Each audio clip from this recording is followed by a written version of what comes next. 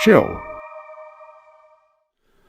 Welcome back to VFX and Chill, the show where we take apart VFX and put them back together again and do all kinds of other stuff and goof around. With me as always. Take apart worlds sometimes. Take apart Whole worlds. Entire worlds.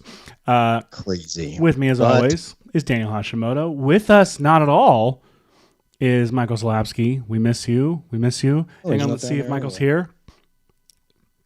Is he here? Hey. Michael. Okay, nope, he's not. Well, Hashi, how you doing, bud? Yeah, welcome everybody. I figured that it would be probably good to address something right off the top. Yeah. Obviously, a bit of a, I didn't know if you wanted to mention it out loud on the stream or not. Yeah, we probably should. It's probably important. You don't mind? These people really want to know this stuff, and it's, it matters, I think. Excellent. Well, I'm not shy. Seth, your birthday's coming up tomorrow. It is. It's coming up tomorrow. I'm Man, so excited. There's nothing else in my mind. What am I going to do? I don't remember. What I think address will you be at? Yeah. If you have you been listening? Have you been keeping up with Lonely Island podcast and where they talk about at every concert where they're like, if you want to blah blah blah, we're going to be at this place. I'm not going to say it on our show. We've never been that kind of show. I got family stuff, like the kids stuff we're doing. So Nice. That's normal Saturday, which I couldn't have asked for anything better. Wonderful. Thank you, bud. Now, also the show is ending at the end of May. Should we talk about that? Oh, yeah. Yeah. We are winding down this crazy experiment called VFX and Chill right at the end of our 5th season, the final frontier season. Which wasn't the intent when we used that imagery to do season 5, but it actually turned out rather nicely. We are, just so everyone knows, we're sad, but we're not sad. This is actually this is a natural thing. Hashi and I are moving on to work on some other things at the company. We are still at Maxon, happily. I mean, unless they decide to change their mind. But no, we're winding the show down. We've got some other ideas of ways of things to use our time and energy on. Who knows? You might have new, standalone tutorials from us. Maybe even something that starts with cheap and ends with tricks. I don't know. That would be wild. I have not heard of a single person asking for that. That's true. People do not vocalize that every single time we appear anywhere visually or audibly. But we're gonna. So we'll still be around. We'll be around in the Maxonian world, but hopefully doing some cooler stuff and trying to reach more of you. Plus, with these final few episodes, we'll have covered every visual effect that exists, which is wild. We'll every single done one. Everything had a list comprehensively. I think it is funny. We did decide to do a long form show right as that was leaving the algorithm, that's as everything was pivoting to shorts. So trends. Here's the thing, guys. If you get an idea, wait until it is absolutely on its way out trend wise, then do it, and then you'll have a blast because we did, and we're going to keep having a blast. So here's the deal: we're ending at the end of May. I believe May 30th will be our last show. Is that correct?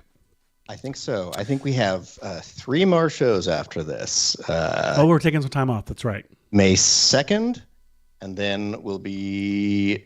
Wait, May 2nd, what is that, 9th? Hold up. I'll look. We should use a calendar when we say things. May 2nd, May 9th, and then we will be off the 16th and 23rd, and the 30th we'll be back for I can't hype it enough. Just the greatest series finale you've ever seen of a single. Wait, is it the show. Is it the 30th or is it the 23rd? Well, there is a 23rd. So there's the 2nd, the 9th, 16th, 23rd, 30th. Excuse me. At what point are we? I thought we were taking the 16th and the 23rd off. Am I wrong about that? Oh, I thought it was I don't know what I thought. Maybe I thought the 9th and the. We're so organized. Well, we have to travel the 10th and stuff, and so I think that Oh yeah, that makes sense. Yeah. So we maybe we'll skip the 9th and oh no, we would do the 9th. Wait, no. Wait. Probably. I think we were planning on skipping the 9th and 16th. It's this is so fun to be doing this live on the show. We actually wrote it down. We wrote it down somewhere. Hang on, you wrote it down and said it to me, and I'm looking for it. Hashi, talk about something fun. What are we doing on the show today? Oh man, well, I know that we're ending the show, but it's not the end of the world, which is awkward because that's what we're subject of today is the end of the world, which is specifically, let's see, I can start sharing my screen and maybe I'll pull up some stuff. Let's see. Where did I put them? Renders, it's probably this one. Excellent. Okay, I have something pulled up. All right, cool. All right, so here is the type of thing that I wanted to create today. Earth, the final frontier. A guy who's never been outside before. So yeah, I just figured we've done all sorts of weird fun simulations and explosions, but we haven't really done stuff on more of a planetary scale, which I think would be kind of fun to do today. So there were a couple of kind of different approaches we could take. There's that kind of approach. This was another one that I was thinking about doing. I literally just opened this up in After Effects. I don't know. It's your classic antimatter. That's ridiculous. Bomb. This one was super easy. I woke up this morning and was like, oh man, I didn't get to try that Star Trek one. It's just absolutely absurd. So I'm going to go ahead and say right now, I'm not doing any work on the show this week because I was going to try and do an After Effects version of this, Kramer style, where I was probably just going to rip off Kramer. But then I started seeing these results you started getting this week, and it's no, I'm just going to sit and learn. There's nothing I can teach this week that's going to rival what you're doing here.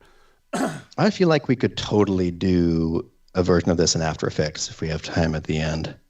It'd be wild. So let's see. The main thing that I had going here, and I think I actually just saved 400 versions of everything, was sort of my good for you thinking going in, which is wild. So I started with this Pokeball. This is actually, let's see, what have we got here? I've got a planet. I'll scroll back. It's very simple, PBR converted to redshift texture. Just to help me out, I went to the camera and added a near clipping plane, so I could just kind of zoom in like this and sort of see what my the planet core looked like. Let's see. What? Hey, by the way, update. I was wrong. My gosh, it's May 23rd is when we're going to wrap up the show. We did it. Whoops. All right, let me close my other programs. So we'll be taking the 9th and the 16th off. We will be back on the 23rd for the greatest finale you've ever seen in the history of television, movies, the internet. Just bring all your friends. It's going to absolutely deliver on any promise we could possibly make. Precisely. I have this planet here, and you can see that as I roll my camera toward it, you can sort of see into the geometry here. And that's because I had this thicken object, which you can find right here. And I just put a little sphere planet in there. But then I made it so it's basically a shell now. So there's sort of some volume to this in a way. And it's all connected just as its own little piece. And now I can scroll back.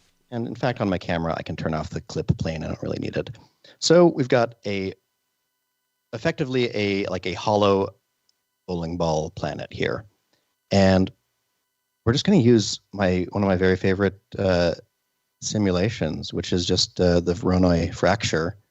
We can drag the planet right into a Voronoi fracture, and immediately it kind of shows you this cool little preview of what it looks like when it's all shattered apart like this.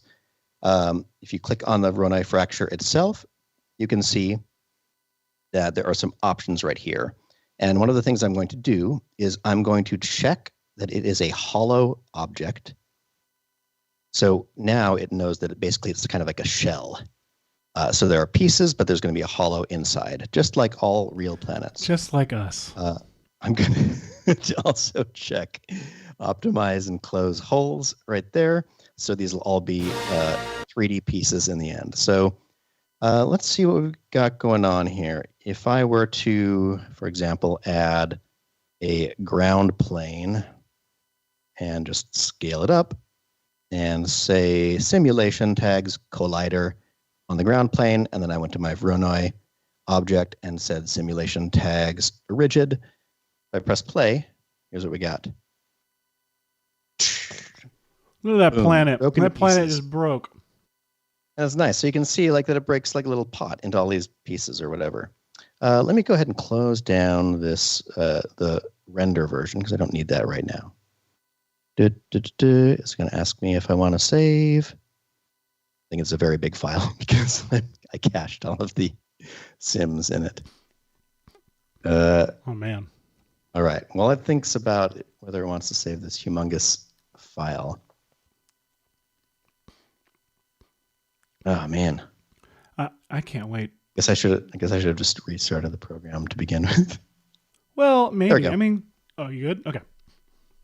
Right. So I'm going to delete that ground plane because in space there are no grounds, probably.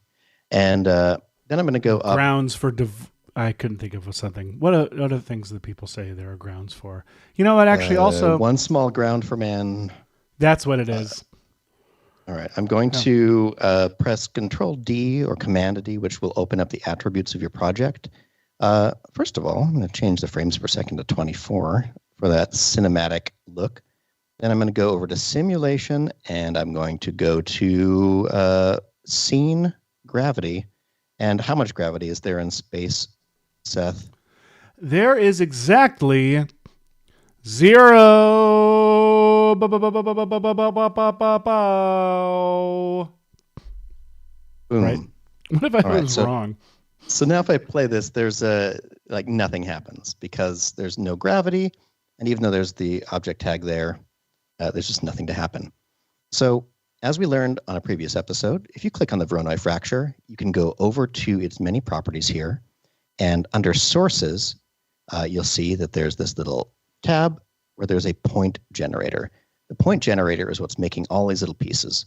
So if I turn this up to, let's say, 300, now I can start to get many more little pieces. Let me go back to frame 0 before I calculate what's going on. I always forget to start on frame 0. So now we have many more pieces. So this could be a more interesting shatter. Now, one thing I'm not going to do just for timing right now is that obviously there's a certain look that the Voronoi fracture has. It's actually a mathematically Voronoi pattern. He's like one of my favorite mathematicians. But they're very straight lines and kind of boring. So what we have the option to do is go over to this other tab under the Voronoi fracture called detailing, where you can say enable detailing. And at first you won't see anything here because I'm going to also check that under detailing, I want noise on the surface. And then once that happens, Wait, what does you'll that notice do? that suddenly What did that do? those straight lines, those boring straight lines, now have a noise pattern influencing them. Oh, interesting. And Wait, the does more that you turn animate up or does that just this, stay static? What's interesting is that there is actually an animation speed control on it, which I don't know what would happen if you were using this as a simulation. I guess what I meant is, is it traveling distortion or is it like global distortion that's on it? Like, so like when you blow the thing up. It's global from the beginning. So basically, if I had this set at, let's say, like 20, you'll see that there are a couple of options here. There's this artifact prevention strength, which sort of tries to get rid of little bits like that can happen and tries to kind of tidy up the seams because it's sort of a fractal noise distortion to your whole object. To my And what? there may not be enough geometry in the original. So if I do this, let's actually just for fun, I'm going to create another little sphere here. I don't know. And go simulation tags, collider. check this out. So if I press play, nothing should really be happening. But if this were to be acted upon by object like this, I wasn't ready for that. That was. Look at this. This really is how cool. this is how the moon formed, which is wild. This is a perfectly accurate simulation of the moon. It's how the moon began, and it's how it will end. Moonfall. It went like that, and then this junk spun around for a while until there was a moon over here and an Earth over there. Wait, what ran into us though? Another planetary body that what was it called? That we call Got a Zorlon? name, like Tom Holland. And that's why we pray to Zorlon. To Tom Holland. I can't remember. Real quick, Voronoi Fracture to me has always sounded like in a historical event that happened to an alien people. Oh, totally. Never since the Voronoi Fracture, we're not allowed back in the bed. Exactly. Oh my gosh. What are you drinking Phenomenal. There? I am drinking some delicious coffee out of my VFX and chill mug.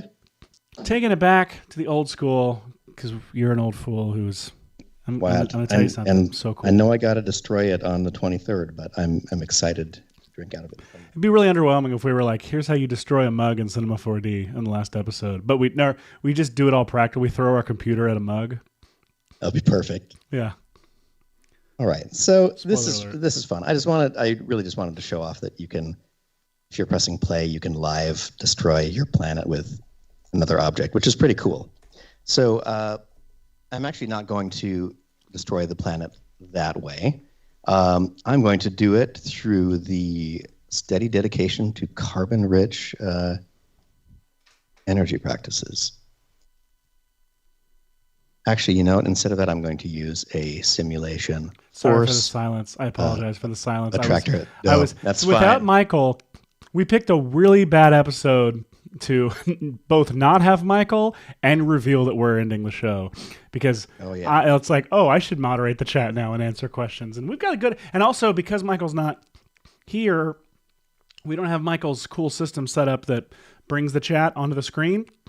So if you want to follow along in the chat and you're watching live, the fun chat, you should definitely head over to youtube.com/@VFXandChill.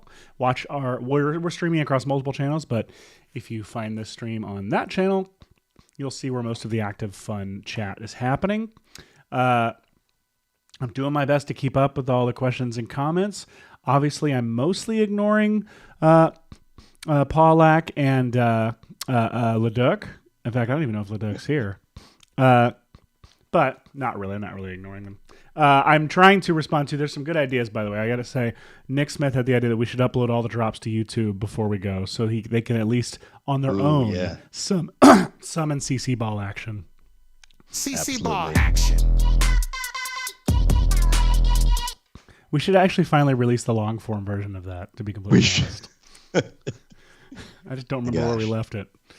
Just needs a little sweetening. Yeah, and never mind. All right. So where were we? Sorry, you made a carbon neutral joke, and now I did. And now I decided to go up to simulate forces, and you can add an attractor. So I want to do the implosion first. So first, if I put the attractor right in the middle of the planet and press play, nothing's going to happen because they're all, they're pulled toward the attractor, but it doesn't do anything because they're, Oh, is it really because they're just pressed against each other? Yeah, isn't that cool? Fascinating. It's like good friends. They're just pressed right up against each other like Fascinating. that. So they don't do anything. That's impossible. So what I think we need is a little bit of help to this attractor, and the way we can help it out is we can go to its Fields tab and say, let's add a spherical field. And y'all remember force fields? Field force. Force. Do we have it? I don't think we have it. I don't. So, yeah. Field force. Boom. Yeah. So it's just a visualization. These two what is it called? Leave. Concentric spheres. Okay. It's concentric work in 3D. Basically anything. This is a range mapper from this small circle to this large circle.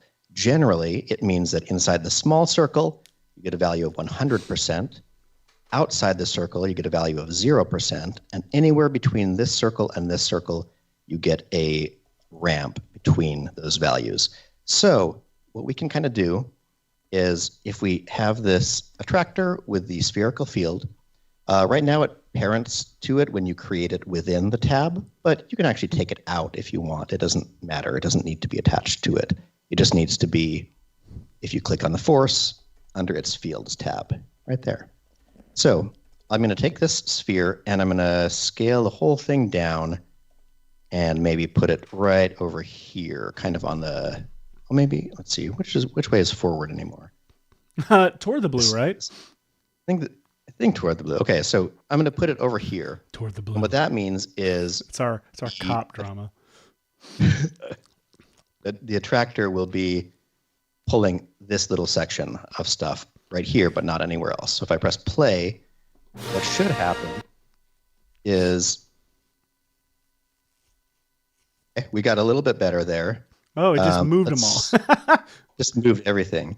So let's see. I'm going to turn the strength of the attractor up so we can kind of watch what's happening.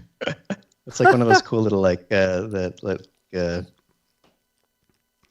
it's like that you getting all can buy shy. at like It's a like, museum aw. gift shop. Yeah. All right, let's scale this down so it's just trying to grab a few pieces. And maybe I didn't go small enough on the Voronoi pieces. Okay, we're starting to get something. Yeah. Not a whole lot. Let's go pump these values up a little bit. I'm going to go to the Voronoi fracture real quick. This I'm is going great because to once it destroys that disable- integrity, like once it gets rid of the integrity there on the side, then you can have a center attractor, I'm guessing, that then just sucks it all in, right? Exactly. Oh, it's so brilliant. That's brilliant. It's so fun. And having That's why I was watched so this, by happy the that way, in this case actually you're not worked familiar, out. everybody, we're referencing a specific effect that's in the 2009 J.J. Abrams Star Trek. That movie rules. Two, really cool planet implosion in that sequence where a planet that, if you haven't seen it, I don't want to spoil it, but a planet get just all up and imploded into a thing, and it's really cool. And Hashi is literally like recreating this look like almost exactly. It's amazing. In fact, I don't even need to keep the colorized fragments on right now. I'm going to go to my Voronoi fracture and uncheck colorized fragments so I can just see the planet here. And now we've got our attractor that is right in the center of the planet. We can leave it there, but we can keyframe and move around this little field that affects it. So if I press play now, what should happen is just this one little section is going to try to move toward the center, which is pretty cool. Okay, so it's working. It just needs to be a stronger attraction. Let's turn this up to like 2,000. All right, let's try that. And if I press play now, what do we get? Yeah, now. Look at that. We finally have, let's see, maybe I could go into here and say options. Let's do some shadow hinting and shadows even in this viewport. And then let's make this look cool.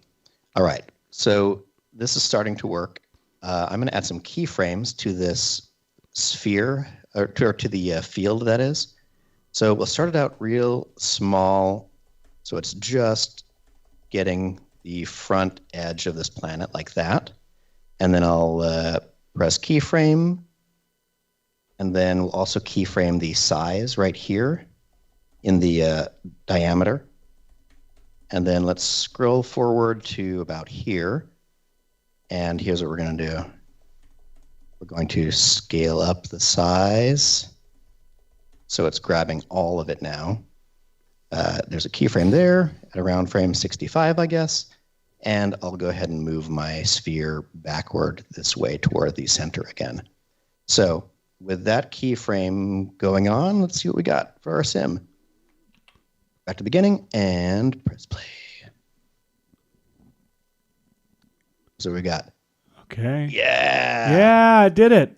All right, then you got these strays. Then it starts kind of like, shifting around. So how do you suck it all into like a black hole, essentially? So let's see. Let me get, I'm going to slow down that guy Well, if you just want, a I'll little tell you what. bit. Why There don't we go. That's looking good. Okay. Okay, so it's all Fun. just going right in there. So we're going to take a quick break. When we come back, we're going to figure out how Hashi sucks it in to look better. I don't know. Sure.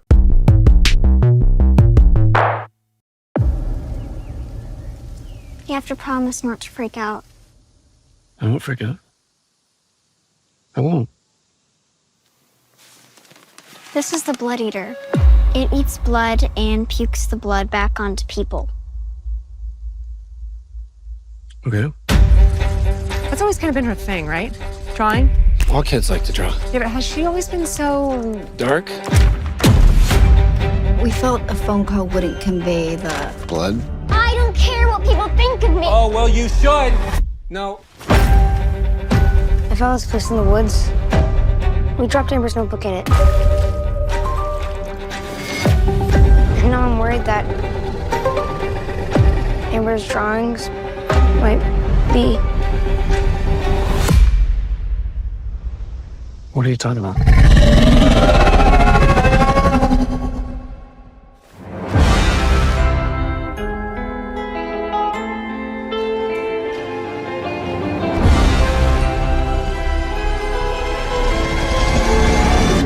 Amber drew that? She's working through some stuff. Trouble on my left, trouble on my right. I've been facing trouble almost all my life. My sweet love, won't you put me through? Everywhere I look, I You're not an evil person just because you drew some evil pictures.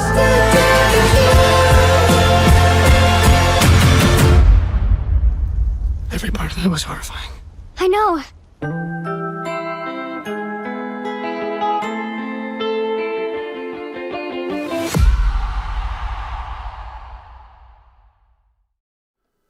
Welcome back Good to VFX and gravy. Chill. If you're just joining us, the show is ending on May 23rd, not the 30th. The 23rd. Just really important. It's okay. May It's the 23rd, 23rd. not the 30th. We'll talk a whole lot more about that, but for right now, what's more important possibly is that the world is ending over in Hashi's side of things. Hashi, you made it Sure is. start to implode. How are you going to make it all go away? All right, so we have obviously this sim going now. It kind of. Oh, what did I do? Keyframe something weird. What did I do? Oh, I added a plane effector because that's my next solution. Let me disable the plane effector for a second. Oh, it was just shifting the whole planet. Okay, here's our sim just all by itself. So we have this expanding spherical field that helps enable all of these pieces to try to rush toward the center. Pretty cool. But what we want is a total, implosion into like a single point. So what I'm going to try, I didn't even do this on the other one, is adding a plane effector, which means whatever you do in this plane effector under parameters, you can transform the position, scale, rotation, etc. of things. So I'm going to uncheck position, which is default. I'm going to check scale, and I'm going to say uniform scale, and I'm going to say, I don't remember if I want to say -1 or if I want to say -100. But this plane effector, see if I turn it on, it looks like everything got shrunk to nowhere. Okay, so scale -1. Oh, so maybe it's 0.1 is what I mean. Oh yeah, so yeah, it's not incremental, it's total. So the plane effector will affect anything within its group. So I've made a group called Planet that I have the Voronoi fracture in. I'll put it in there, and then I'm going to say, scale, uniform scale, 0.1, and then I'm going to go to fields, and I've added another spherical field, this one. Let's call this the scale down one, and then we'll give it to the plane attractor. Hopefully this works. I may be wrong, but if we have this scale Whenever you down turn on sphere, a plane that attractor, means, I want just like a random airplane 3D model you didn't put into the project to just like they start entering the scene. Whoa! Okay, that didn't do what I thought it was going to do. It did something cool. Okay, plane effector. It's using the scale down field. And the plane effector is supposed to take any piece and I thought scale it down as it goes into this sphere. Let me play it again. Does the same thing either way. Whoa. Wow. Still really cool. It really is. Something's happening in there. See, the attractor. Okay, the attractor knows that it's still supposed to be doing that. If I uncheck the plane effector there. Does it matter that you have acceleration and force? Like, does that effect matter? Let's see. It should be acceleration. If you do force, it'll just kind of propagate itself throughout the universe without any. Let's see. What have we got? Hello Fancy Magic says it is scaling up right now. Do you think that's what it might be? You have 0.1. You don't have negative 0.1. Is that something? Maybe. Let me see. Okay, plane check. Because you parameter. said out loud -1 or -100, and then you went and typed in 0.1. See, what if it were -100? Whoa. But what if? Okay, what if it were 1? What if it were in why? See, transform space relative. Okay, transform space is it per object, effector, object, uniform scale. I want it to affect all of the pieces as they move into this part of the sphere because of the attractor. I want them to scale down. Whoa. Whoa. I mean, I don't hate that it's doing some interesting I know. stuff.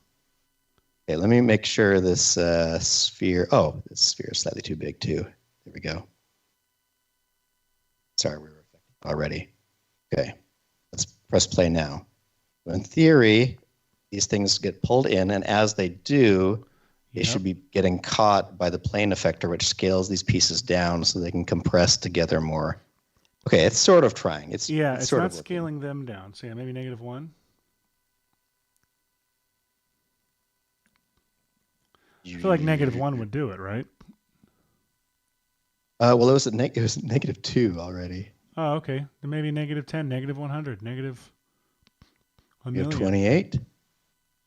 You do keep turning it up while it's playing. Like I feel like it's a frame 1 thing you want it to be, right? Yeah, you're right. All right, plane effector. I want it to uniformly scale these pieces as it happens. I don't know if there's a version that I need to be doing of this, like effector versus node versus absolute. Here's where my knowledge falls apart slightly. Let's see. Okay, these pieces are loosened up. They fall toward the center. They should be getting scaled down by it. Maybe not. Oh, maybe I could grow the scaling field over time. Don't forget we're going to be blowing something up too. So if you need to just open your old project file and check what the settings were. Yeah, that's a good point. I mean, we're okay right now. We still have an hour and a half. So. All right. Oh, what's?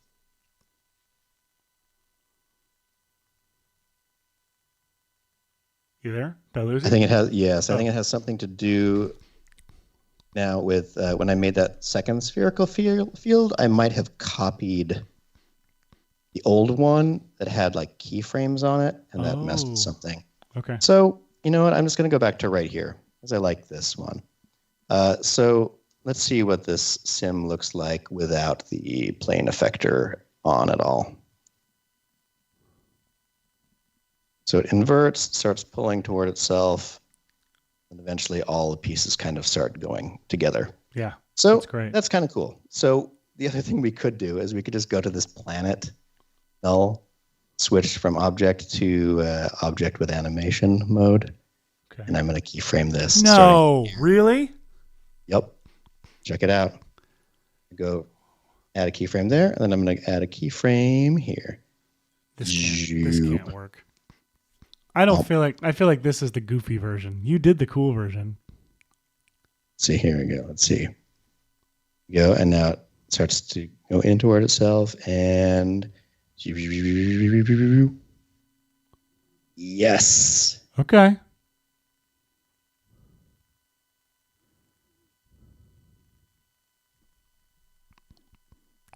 Oh, there we go. It gets it. All right. So we've I gotta will get that- argue. I feel like your I plane want- effector version was better because the pieces didn't start to scale till they hit the center. Right?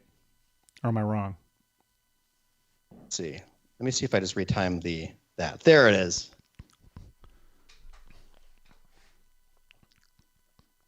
Okay. That works for me. All right. So what else goes into this? What are the other elements that go into this? Because you had a lot more so going now on. that you've got your Voronoi set up, I'm going to delete this plane effector and the scale thing so you can see that it's really just basically a Voronoi fracture, an attractor, and the spherical field that goes from there to here. And I keyframed the main group in this object with animation mode. So it's scaling down, not the whole scene, as it were, but the pieces are all shrinking. Once we get to this point, all the pieces are uniformly getting smaller, kind of after we hit a critical point of them collapsing. So I think that's close enough. Then what I'm going to do is I'm going to go to this Voronoi fracture object right here. And one of the cool things about the Voronoi fracture is that you can go over and you can say, where is it? Selections. And if you check any of these, you can say like check inside faces, and you'll see it's added a little polygon tag right there. You could also say create an inside vertex map. So that'll be a vertex map for all of this geometry once it's split up. Let's see, let me go to a frame somewhere in here. And if I go to the face mode and then select this, let's see, bring it. Basically, you can create a weight map in here, which is kind of cool. So you could have something weighted by the inside of them or whatever. I actually have a different approach, which is I'm just going to take this whole planetary, or actually this whole Voronoi fracture section, and I'm just going to go to bake as an alembic.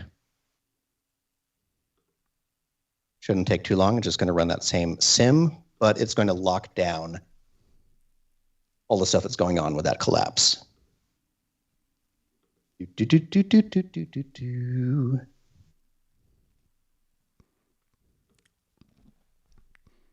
Almost there. While we're waiting, Colin, I tried to answer your question in the chat and it like 3 times and it didn't show up. So everyone, I apologize if that did show up in the chat and I'm just not seeing it on my end. And I answered 3 times. But the answer to your question, Colin, is August 6th at a theater near you. Woo. All right. He's So, asking when we can hang out. what I just did is, let's see, let me save this project as the show version. Show implosion. Now, this is a little a bumper you made about how our show imploded, right? Precisely. This episode might have been a little bit influenced by what's generally going on. So now I have this alembic file that has the whole planet doing this simulation, and it's locked together. And if I want, I can go honestly and like play with any of the specific pieces of this. I have a dumb question. When you make an alembic file, are you baking the texture into it too? No, actually. The UVs are technically. Yeah, but the textures you can still adjust. Yeah, exactly. So yeah, the UVs are there. You can still deal with it. And you can also still grab the any of the selections that it made right there. Nice. So we've got that. I'm going to create a new connect object right here. And I'm going to put this Voronoi fracture inside this connect object. And I'm going to uncheck weld. And then I'm just going to not worry about it for a second. Now I'm going to take a look at this, at the way that this moves. The nice thing about having this cached as an alembic file is you can go like add geometry and not worry about messing up this simulation again. That makes sense. So what I'm going to do now is I'm actually going to go. That's so fun to watch. Add a little There are several ways to do this. But the most Tell us all of them. cost-effective way I could find to do this, after some trial and error, is I'm just going to create a disk object. Let's pull it out here. Let's see, where's disk? Let's make it Z facing. The face. All right. I'll put it right there. The brush. And then I'll add some keyframes to this disk, starting right there. And then sort of over the course of time, I'm going to move the disk just over there to the middle. So now we just have this disk that's doing this, okay? Okay. Kind of boring. I'm also going to animate some properties of it. I'm going to go to this last frame. I'm going to go to its outer radius and set a keyframe there. I'm going to scrub back a little bit. And when it's bigger like this planet, I'm going to scale up the radius to about here.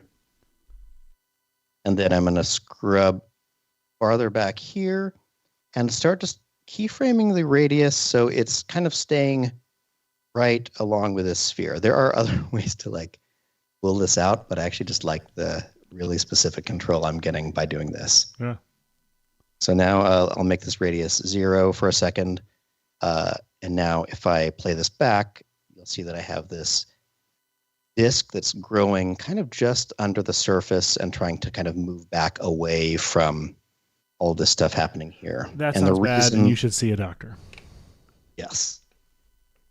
And then I'm going to go add another simulation tag to this, and I'm going to say Contributing so much I like value this to this be episode. a pyro emitter. Oh, yeah.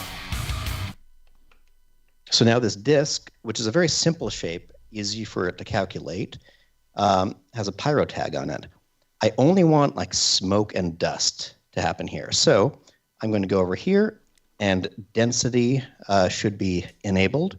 I'm going to disable temperature. I don't really need this to be like an explosion. I want this to be a collapse. So let's see. Let me just look at this, and I can just do a quick preview before it's interacting with anything, just to sort of see what's happening. I'll play some music. We're gonna blow some smoke. I mean some dust. We're gonna blow smoke. Open the door. We're gonna blow the door. It's pretty cool looking. It is actually. We're gonna blow cappuccinos. Cappuccinos.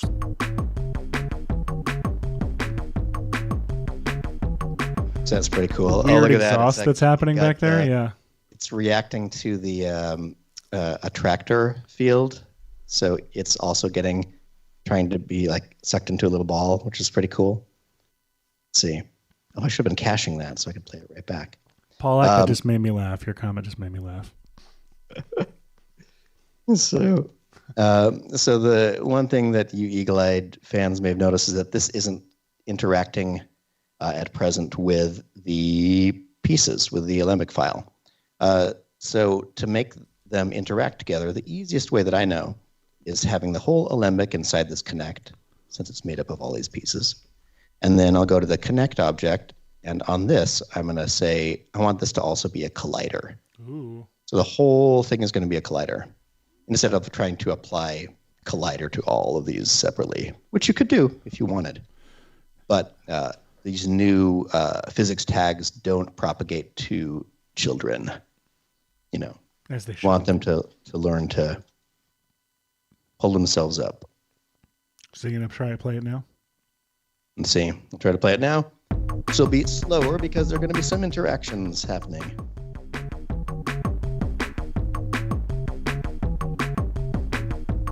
Ooh, That's very cool, look though. how voxely. It's extremely cool.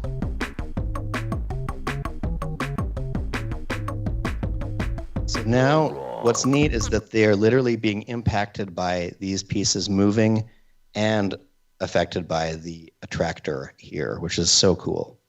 I realize that once we get to this halfway point, it should stop emitting. So I need to make one adjustment, which is going to the tag and where it says density add, I'm going to add a keyframe there and scroll a few more frames forward and say 0. So now it's, at some point it'll stop generating it. Smoke. So now just for, like, obviously that wasn't the most robust looking smoke sim in the world. But one way we can make it look a little bit better is by going up here and going to simulation forces and adding some turbulence. Nice. And I'll add that. Let me just see what it does, because this is actually a very small scale the way I'm working right now. Like, this is as big as a bowling in the program. We don't usually start to notice until we start doing sims, do we? Nope.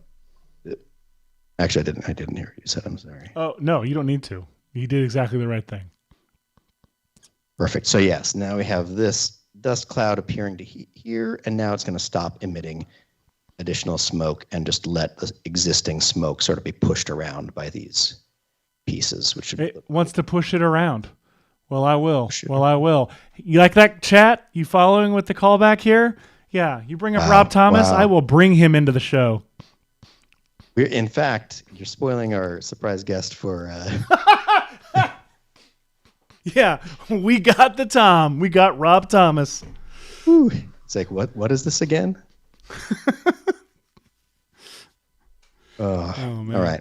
Okay, so just the way we had baked this, this sim into an Alembic, I'm going to take this pyro output right here, and I'm going to look at its object properties. And I'm going to say, I don't even need temperature. I'm going to turn that off.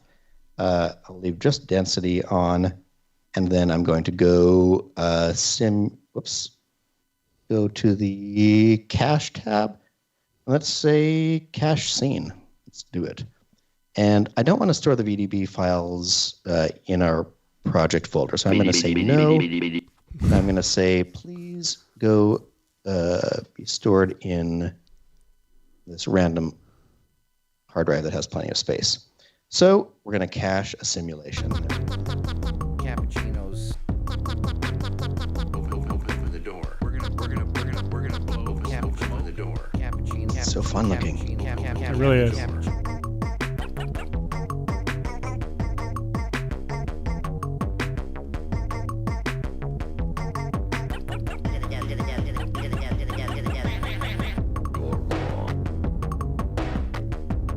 It's very I'm hypnotized. I love this. It's so fun. So you're caching it before you color the smoke? Mm-hmm. Fascinating. Because really, oh, look at that. Anything that wasn't frictionally bound to those. That is timed perfectly with the song. Good Lord, Hush. Wow. Incredible. All right, so now I can turn off the this disk here, and now I just have this pyro output object right here, and now it's cached, which is great. So I can just scroll right through to any of the frames and see what's happening with my volumetric. Now, what's funny is it does look kind of silly right now with the colors all just kind of out of whack, but the second you start unifying this stuff, it's going to be kind of insane. Oh my gosh. Let's start unifying it then. We need a couple of things. We're in space, so let's start with a infinite light. Infinite light? Infinite light. Okay, let's rotate it over to maybe coming over from the side there. Let's go into redshift mode. Why not? Redshift. Let's start IPR. Oh, that's the old one. Okay, here's our new one. So, not super whelming yet. I mean, but we're going to go over here to the asset browser. And I am going to grab this outdoor scene. I don't know exactly where it's from, but I'm just going to drag it into here. And if I drag it straight to my object menu, it'll create a new dome light with that as a texture. Now, obviously, that's not what space looks like. But no, it's not. I'm going to click on the light itself. I'm going to go down to details, and I'm going to say don't contribute to the camera. So turn that down to 0. This used to be a checkbox called use as background, but now it's a slider, so you can have precise control. Frigby's right. In space, there is always a 3/4 backlight. Yes. So check this out. So now if I move this horizon around a little bit, we can pretend that there's maybe some planet over here that's Reflecting. kind of lighting up this side. Let's go to its properties and just turn up its exposure a little bit.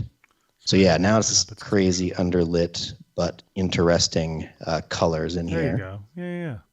Yeah. Let me go to my material itself, and I'm going to look at what the reflection weight is. It's pretty high. I'm going to turn that down.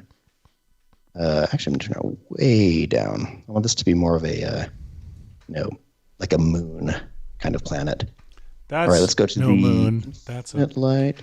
3D object in Cinema 4D. There we go. Now we've got the classic Yeah. bounce from an Earth is what we assume. That's what we're going to pretend. And the infinite light. Let's rotate that around to like here. Now There it you feels go. like a Yeah. planet. You got to have that Right. like harsh sunlight hitting it. Turn this bounce down a little bit. That's a lot. Okay. Leave it right there. And now, remember, we're cached, so I can just click right to the middle frame here and see what it looks like now. And you can't really see our pyro. So we can fix that. Here's what we're going to do. The pyro output is right here, basically as an object, which is pretty cool. We're going to go create a new material, and we're going to say volume, redshift volume. And now we're going to put this redshift volume material on pyro output. So cool. So at first you'll do that and you'll say, wait, why isn't it doing anything? And that's because we What have the to hell? mess with the material problem, with the properties. Material problems. We got them. So yeah, we all have them. All right, so you click into the volume, click on this node right here, and there's a scatter channel. Hosh, an can you pause for a absorption. second? I just need to Yeah, tell of course. Pollack something. Damn it, Michael! Okay, that's all. Thanks. Perfect. It's cold coffee. Let's see. So much Lynch. We have several different ways that we can make a volume render. So because we're working with the density, we're going to work with this scatter property as the main thing. So under the scatter channel, you can either drag the pyro output up here, or you can click on presets, and likely the pyro output will be here if you have a pyro object. So I'm going to go to pyro output and select the density for my scatter channel. And as soon as I've done that, you'll see now, let's scrub through these frames. Now you can sort of see what you're used to imagining, like these little clouds or whatever. So pretty cool. Even the little particles that show up from the progressive rendering is like kind of cool too. The little They specks. are really cool. Now it is super voxely. I will acknowledge that. I know that right now. So what are you gonna do? Like, what can you do on a sim like this, on a pyro sim, to be able to like make it not voxely? Well, what's kind of nice is like I have cached this, and if you click on the object, you'll see that there is a cache right here. Yeah. This series of VDBs. You can change the voxel size on a cache. You can't change the voxel size, but what you can do is look at right below here. You can up-res the scene by a factor of with noise. Oh, interesting. And with this. So I can turn up the noise strength a bit and up-res this by 2. I'm actually going to say 1 additional octave because I want a little bit more variety. So everyone remember what this looks like with the super voxelated edges there, right? Yeah. But let's save this right now. And then I'm going to say up-res active cache. And then we're going to have to jam for a while together. That's fine. Don't store them at the location. Store them over here on my drive that still has a teeny bit of space. Pyro, select. Caching simulation. So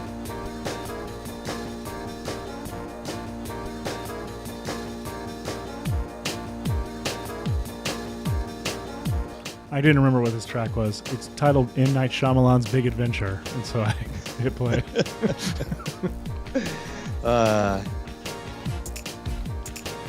Lots of twists and turns on those. Yeah.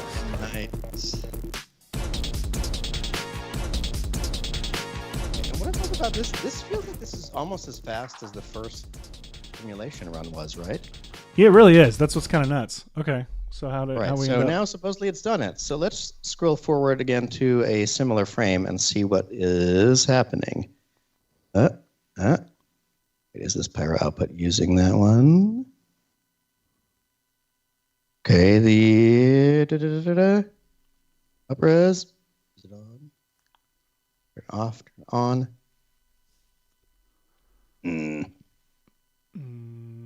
Let me just double check. Let me boost the scatter coefficient. Okay, something might. Oh, did it turn off because I unchecked that? I didn't think it was recalculating. I thought I was just using the cache. Wait, if I switch back to this cache, it's there, right? If I switch over to this one, it's not. Why did it not? I might have done something silly. So you know what I'm going to do? I'm going to do this. I'm going to.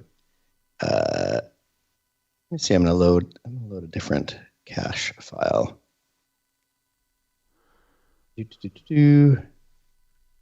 So sorry. That's really annoying. It did feel like it was caching it very fast. Yeah. Okay, that's there. It's there. Do I need to make sure that this checkbox is on? Maybe I do. Interesting. Okay. I bet Fine. you do. That makes I have to sense. do it again. Dang it. Sorry, It's basically everyone. just recaching is what it's doing. Fine. Up-res active cache. Boom. Oh, We'll go with this track. learn my path. Oh, you're not doing it yet. And boom.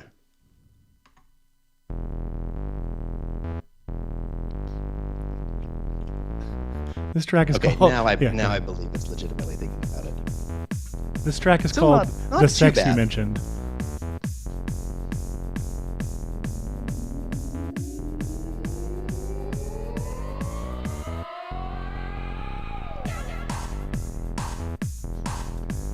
We shouldn't be yelling over each other like we're at a club.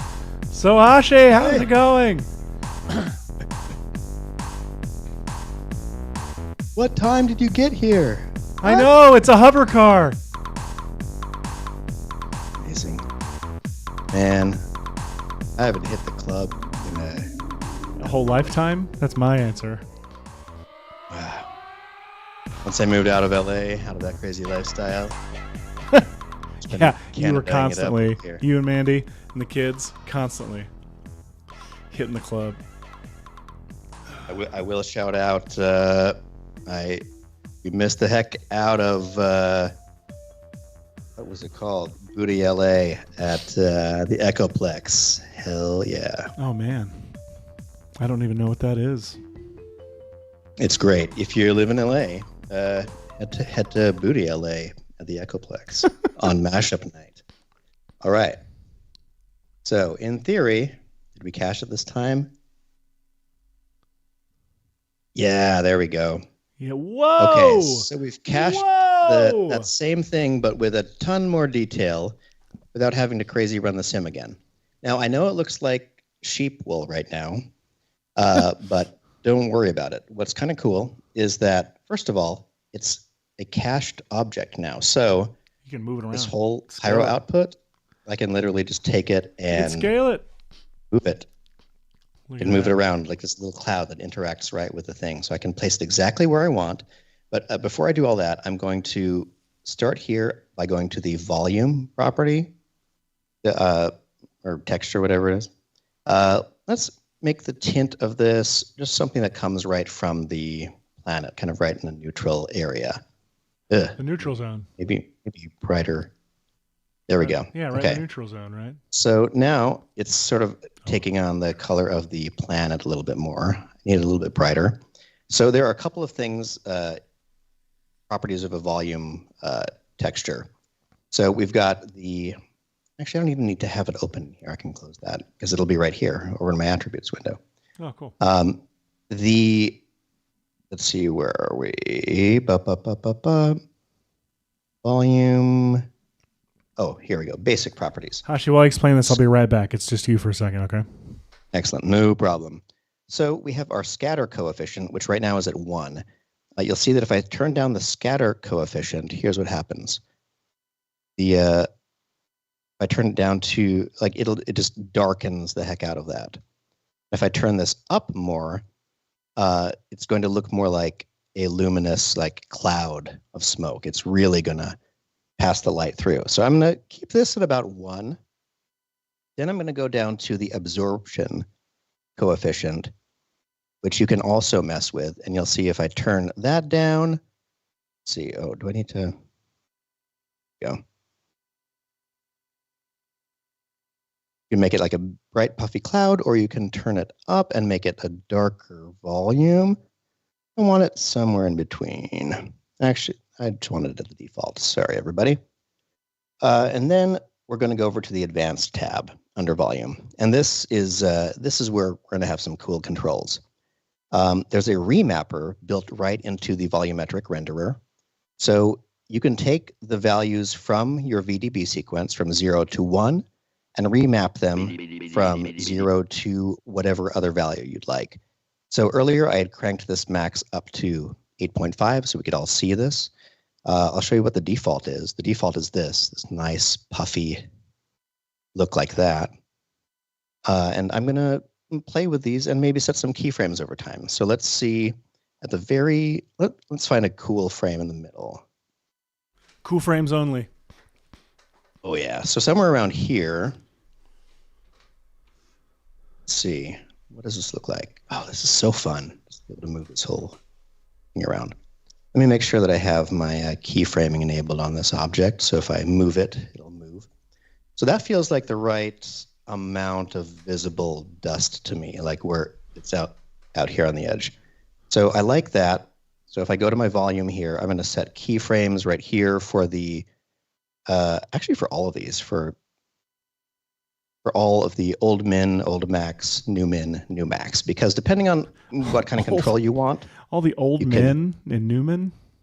All the old men, new men. Right, now I'm going to scroll back to here, and now I feel like it's too dense. So it feels a little bit like a muffin top happening too. But you'll do this. So I can turn down the output maximum to make it slightly more transparent. Something like that this helps. Maybe.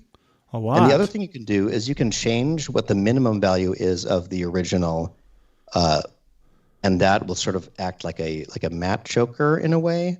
So it cuts off like the very tiniest one, or you can set down the, you can get the opposite effect by turning down the maximum value and getting a lot more of the detail and denser smoke at the end because it's closer to 1-to-1. So whatever way you want to remap this is up to you. I'm going to go with mostly trying to throttle the new max value, and we'll just see where we get with that. Throttle that new max Oh, look value. at that. Minecraft. Minecraft. It's beautiful. I feel like we should just do that. I did go see the Minecraft movie. Yeah? How was it? Did you people throwing chickens at you? It was pretty tame. There were also signs on the door that said, oh, really? Enjoy the movie, but don't enjoy it too hard because you'll be removed. That's excellent. All right. I kind of like the way that looks right there. Oops, wrong axis. Let's put that right there. Put this right around here. And now, check this out. So as we go through, we now have this awesome planet like falling apart with this cool, look at this. That's nuts. And then like it all is going to implode to itself, which is pretty cool. You got to scale that smoke at that point, right? Yeah. Yeah. But what that all kind of leads to is effectively, like, it's actually rendered surprisingly quickly. My other one, that I'll show you in a moment, took forever to render. But by other one, do you mean the one, like the same effect you just did, or the next thing we're going to walk through? Next thing we're going to walk through. Well, in that case, we're going to take a real quick break.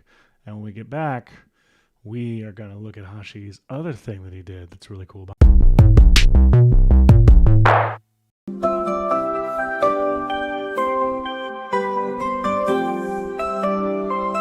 watching VFX and Chill with Hashi and Seth. And let's not forget Michael. Let's not forget Michael.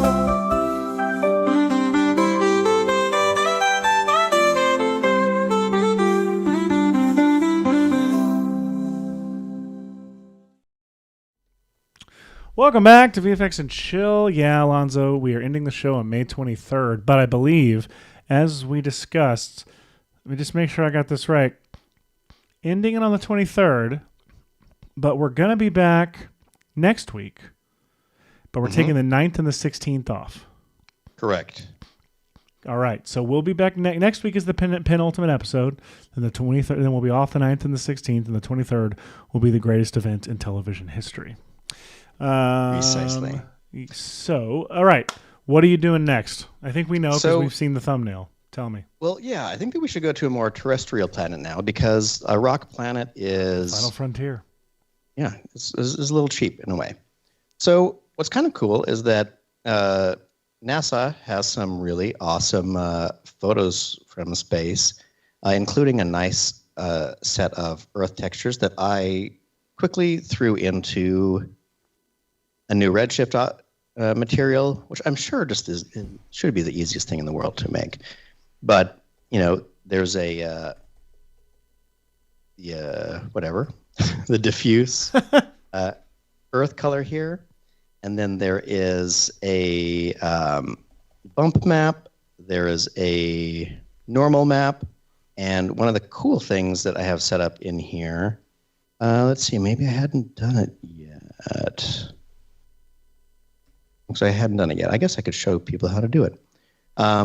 So one cool thing you can do is you'll see that there is an emission pass for like nighttime looks. So let's see. Let's turn on redshift here. Woo! Let's turn off that dome. And then God created. I'll check it out. So here we go. So now I've got this Earth, which is pretty cool. Look at that. Look at that Earth. Being all Earth.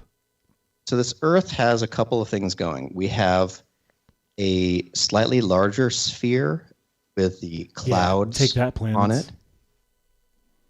We have the Earth model itself here, and it's got shiny reflective water, but not shiny reflective countries on it. And then one of the cool properties of this texture, I'll open it up again in Redshift, is right here, I have the specular map. Oh, wait, no. What am I looking for? Oh, here. Sorry. Here I have the nighttime map. I can solo that for a second. So you can see it's just the, like the electricity nighttime look. And I'm combining that with a cool technique. I cannot remember who had the video. I did. You're welcome. But you can take the infinite light, which is just right in the middle of the It's sphere. inside of all of us. You can put a linear field as a child of it. And then in the texture itself, you can create a vertex attribute channel and drag the, there are a couple of steps I got to teach now. Got to teach. All right, so if you went to this sphere and you wanted to add a vertex map to it, you could. It should be under other tags right here, vertex map. And once you've added a tag to it, you can go down to the fields property of it. And at first, if you've done like painting or whatever to add your own weight map, it would appear as this freeze channel right here. But you can use a field to inform it too. So I can say on this vertex map, under fields, use this linear field. And this linear field gets rotated around as we rotate around the sunlight. So basically it means it's bright on this side or a value of 0. No, backwards. Value of 1 on this side, value of 0 on that side. I'm explaining this so poorly, Seth. I feel like I've lost everybody. I am following it so perfectly. I'm doing it right now over here. Perfect. Clickety clack, clickety planets. So yeah, you take your planet that you want to be illuminated only where the light is not shining, and you add a vertex map to that geometry. And that vertex map is informed by a field, which is a child of the infinite light that you have pointing at it. It's all of us. And then here in the redshift texture, you can take the vertex attribute node, drag your vertex map from your sphere to it, and then combine the night lights and the vertex attribute with a color composite node. And my color composite node is set to multiply. So what that does is it will take it. So if I turn these back on, whoops, not that one. Oh, that's my atmosphere. Whoa, it looked good though. Okay, come back, atmosphere. Okay. All right. So what we have now, technically, that looks cool. Isn't that fun? So the illumination will technically only be on the side that the light is not facing. So if I face the light toward this side, I feel like it's not working now. Why not work? Because you should. Did I turn down? Maybe I turned it down. It's text. It knows you're live. It does. Base image, vertex attribute, default color, gray.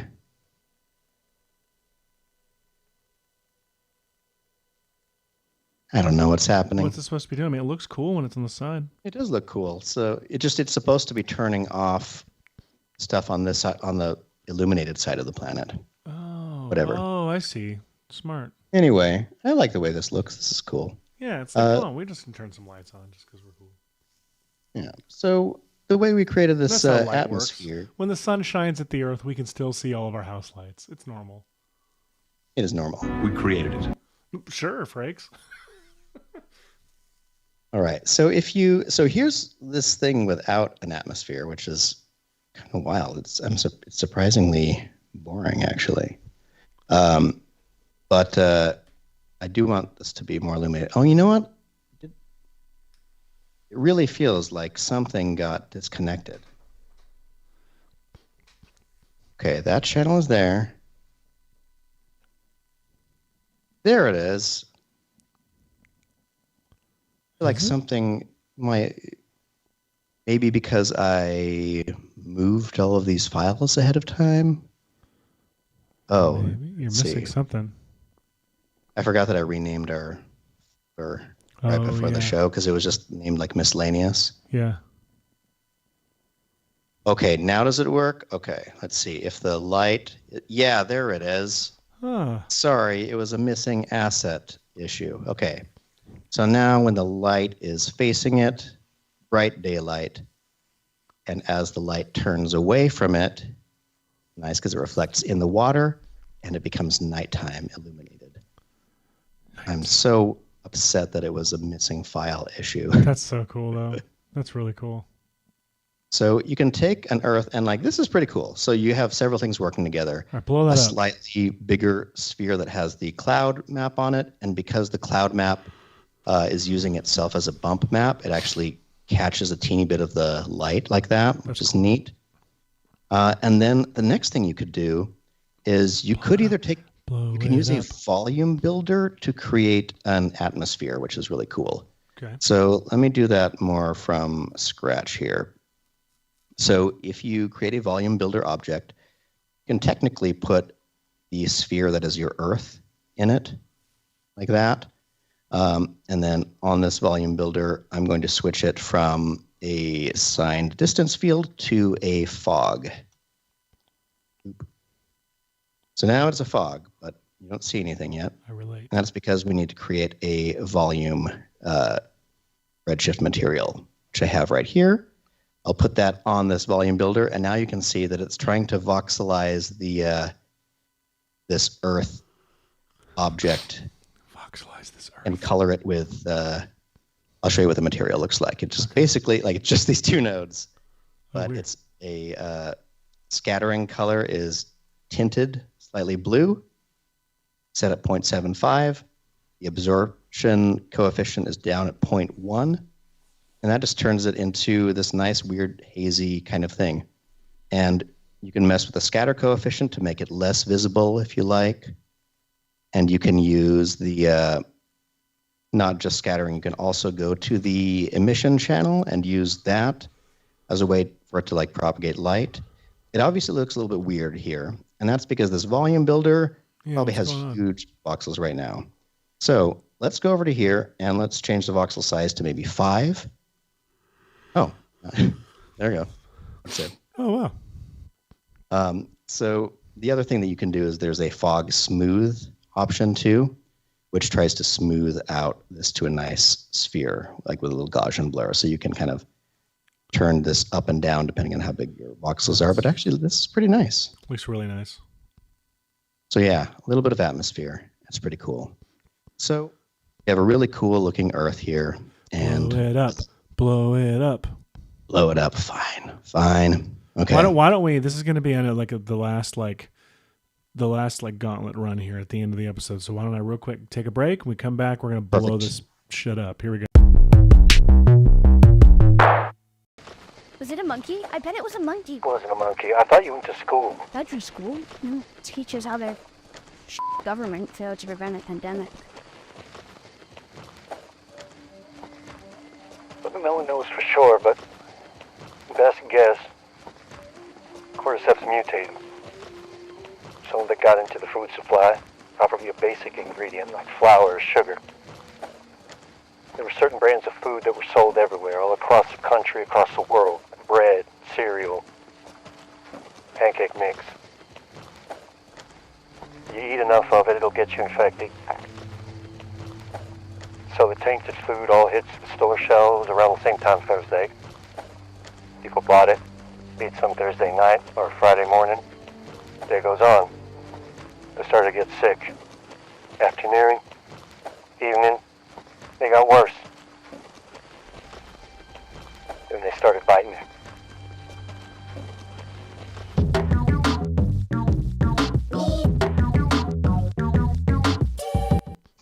Welcome back. If you're just joining us, we are about to blow up the Earth. Hashi? Absolutely. Make it so. All right. So to blow up an Earth, grab an Earth model. Let's just call it this. Let's say Earth. So blow up your Earth. Here's what we're going to do. We're going to go and same second verse, same as the first. We're going to go create a Voronoi fracture object. Let's put Earth into the Voronoi fracture. You can see these little colorful pieces here. Let's see, what should I do with this? Maybe should I bake the clouds and the Earth together? That's weird, right? That'd work.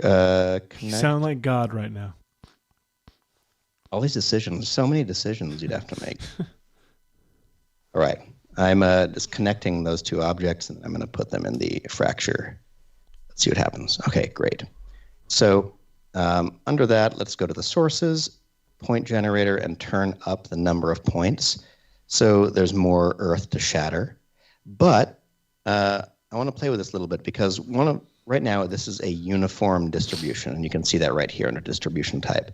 But if I switch this to something like normal or inverse normal, you can see that there's sort of like a slightly different distribution of these dots. There's also one called exponential, and that's the one that I love the most right now because you can see that it puts a whole lot of little pieces over on this side and not so many over on this side. And that's influenced pretty easily by an X, Y, and Z control. Like you can just say, I want more points the lower it gets, or the Y axis to not matter at all, or I want the Z axis to influence where all the points are, or whatever. And so yeah, you can just do whatever you would like it to end up looking like, which is pretty cool. So I like this distribution right here, and I'm gonna go to my Voronoi fracture, and I'm gonna disable the color fragments. I don't think I need them anymore. So what have we got here?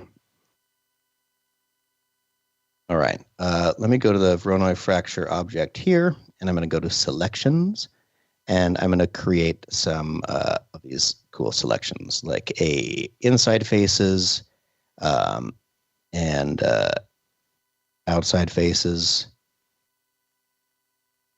All right, now let's see, what did I do? Oh, because I combined my materials, I need to move these materials up a layer and then tell them to be moving to,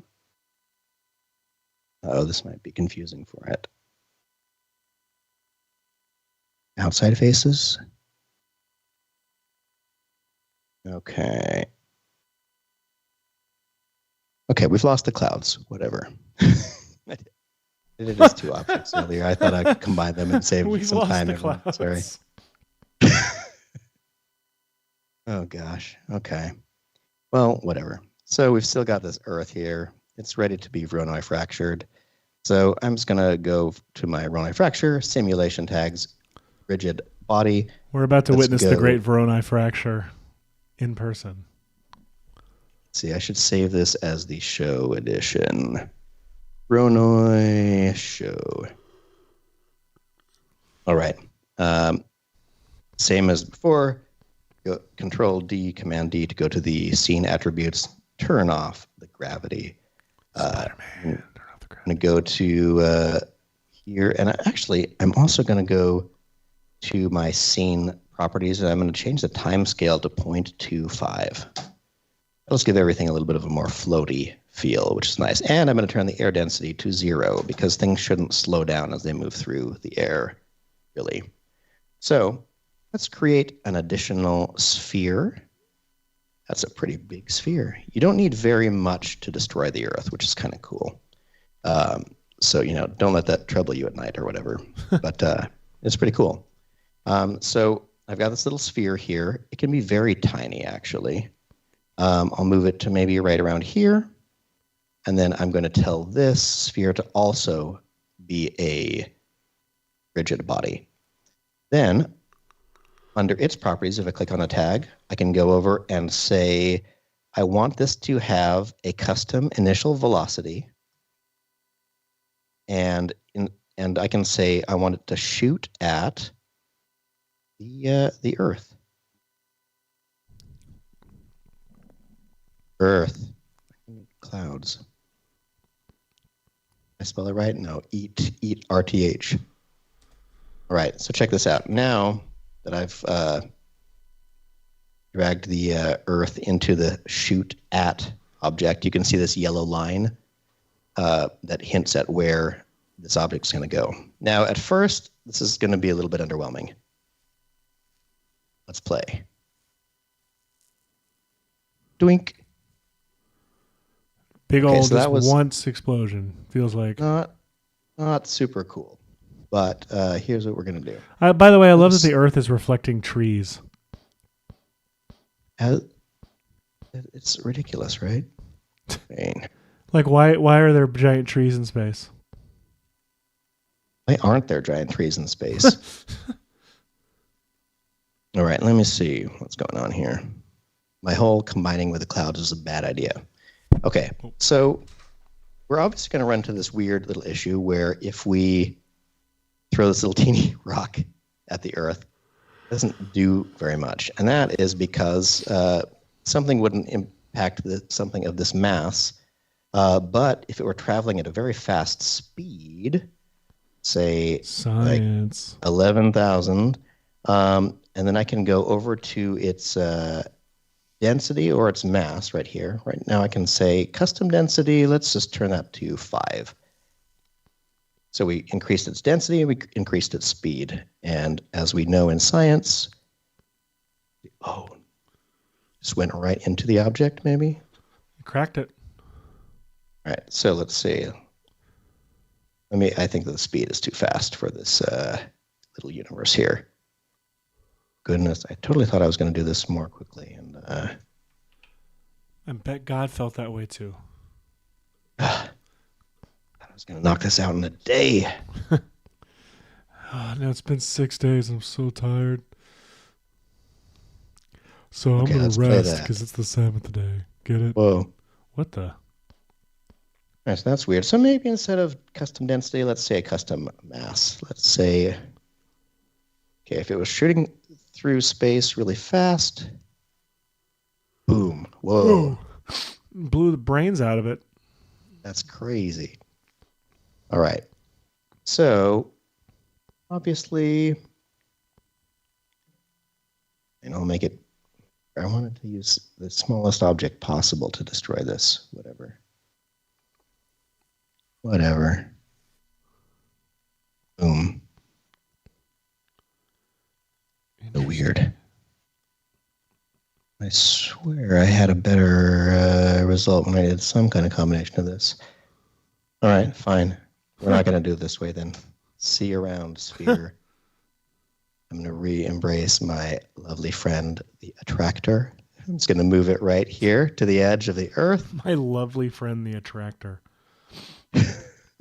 The attractor sounds like just a douche, just like a that, or like a a known threat. Oh yeah.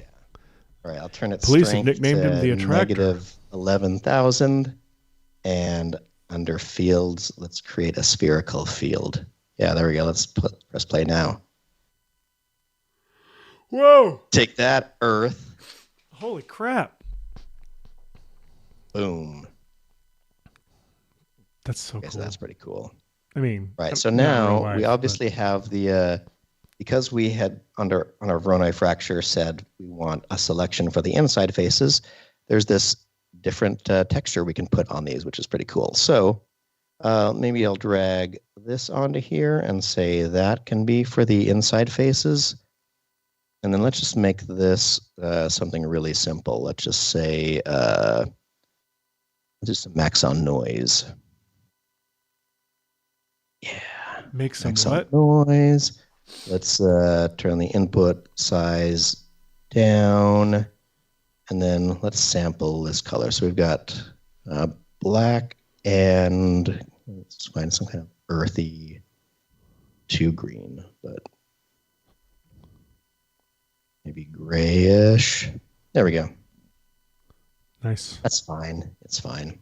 And now I'm going to go create an area light. The area light will by default be a rectangle, but I'm going to switch it to being a sphere. And so now, check this out. Let's take this area light. Let's see how big it is. This big. Okay. It needs to be slightly smaller than this Earth, and it's going to represent the core lighting. Look at that. Nice. Let's make this look even cooler. Let's Color switch. it. Let's start the IPR again. That was so bad. Because you lost Let your me turn clouds my and volume stuff. filter back on so I can see the atmosphere again. Let's see. Oh, it's not looking at the right volume now. It's what is in my volume builder? Nothing. Oh, so let's put the Voronoi fracture in there. Oh, what did I do? Did I just bake it? I didn't mean to. Wait, when did I don't remember when I did this. Okay, it was just then. Okay. Goodness gracious.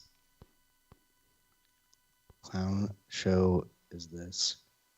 Your assets all still connected? I feel like they're not. Wait, there's the star field out of nowhere. Sorry, everybody. No, this is what happens. Window, Window, right? Window. Oh, yeah. It's all there. Why? Oh, it undid past me creating this material, right? Oh, come on. Oh, man. Fine. Create this again. And let's scale it down. Then let's create that. This is why you don't just undo with no plan. Area, light, sphere. There we go. That's something. Yeah. Okay, let me scale down this area light so it's just lighting up this core. Where's your Let's ammo, push the though? area light kind of toward a orangey glow. There we Nice. go. Now we're getting somewhere. Orangey glow. All right, so we've got that going on. Let's go to this earth texture really quickly, and let's see. I'm going to go to my clouds here, and I'm going to copy these. Switch over to my earth material, paste them in here. Earth material. And then I'm going to create a nodes commander layer, color layer. That's what we're going to do. Sorry. No, you're good. Okay.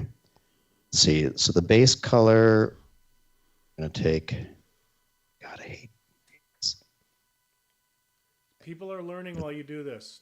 Don't be. I'm going to put a color layer right here. I'm going to take the original earth color, plug it into this, and then I'm going to plug its output into color. So I'm bypassing it.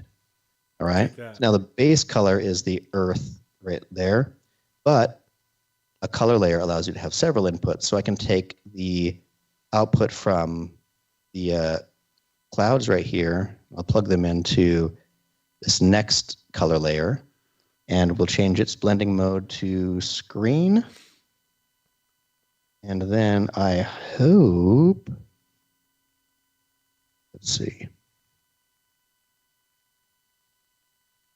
Maybe I need to, instead of that color, I need this color.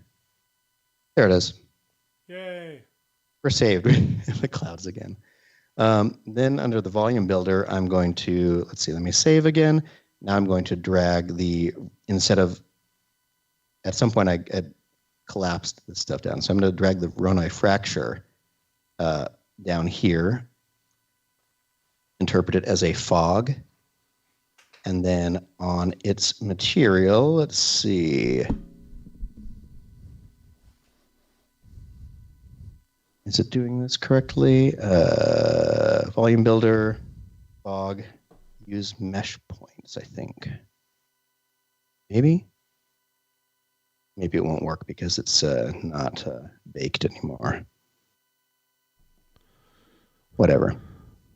Let's just get, I'm going to ignore the atmosphere for a second.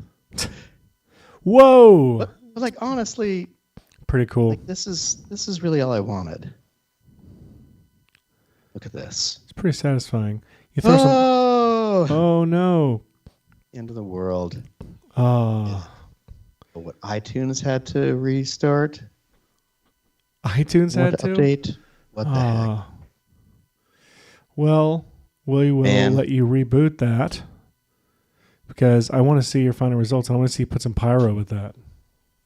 Ridiculous. Anything exciting going on in the chat? I feel like I'm just spewing a bunch of boring information. Buddy, I told you people are learning while they watch you do this stuff, so you're fine. Fine. In case you're still watching, DemiZart1, you asked a very interesting question that unfortunately Michael is not here to answer for us. But maybe Hashi can try. Question. Voronoi fracture generates fragments from the beginning of the setup. This sometimes isn't optimal memory-wise and from simulation POV. Can we use a field to create fragments? For example, Houdini can generate fragments as the simulation progresses. Can we have a single fragment Earth but make it have more and more fragments as the child field of the comet approaches it? And can we have a field generate denser, smaller fragments on a part of the object? Yes, and I'm not super familiar with how to do it. The main way that I know is under the Voronoi fractures, you can, under sources, there are several things you can do. Instead of a point generator to begin with, you can actually use a matrix or any other array that you would like. So if you want to, you can use a cloner or a matrix to to create this initial distribution. So if you know you want a whole bunch of points right here, you can make a matrix right there and convert those to points. There are also, let's see, you can add a shader source that sort of does the same thing. And then beyond that, there are some properties like geometry glue, where you can glue objects together using weight maps as fall-offs. So like these pieces would all stay together until a certain threshold is reached. And I think under the object tab, you can have a MoGraph-based selection of these shattered pieces or a weight map to affect how, like if they're being released or not. And I don't remember exactly beyond that, because I think what happens then is then it's up to, what? What? Someone has appeared from heaven for us. Oh my gosh. Yay! Michael! You're in a dark room. Does that mean everybody is back home? Everyone? Oh, hang on.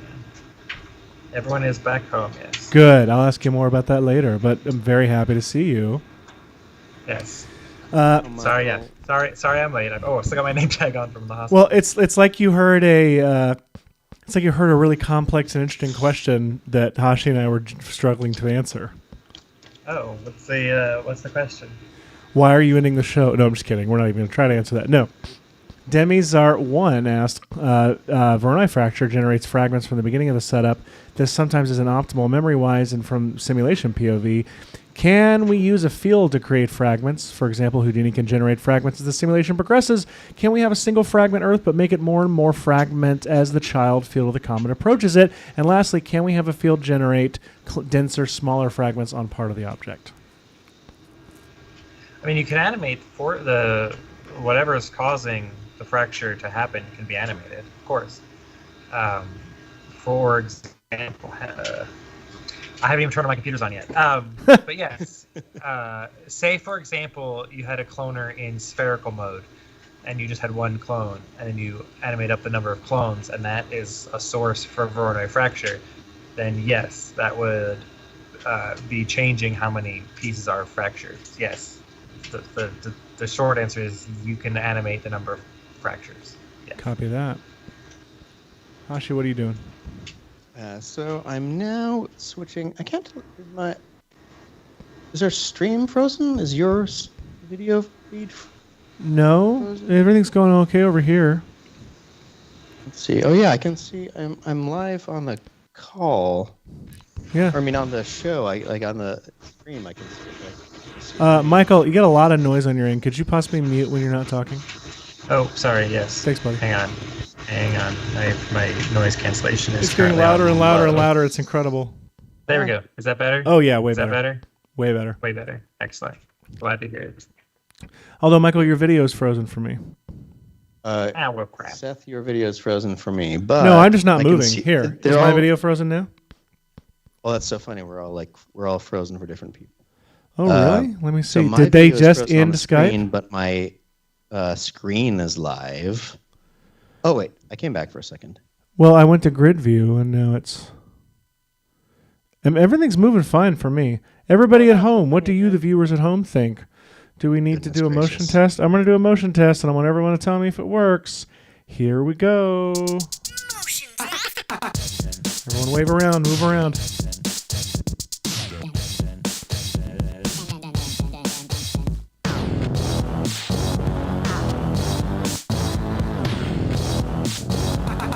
Michael's the only one not moving for me.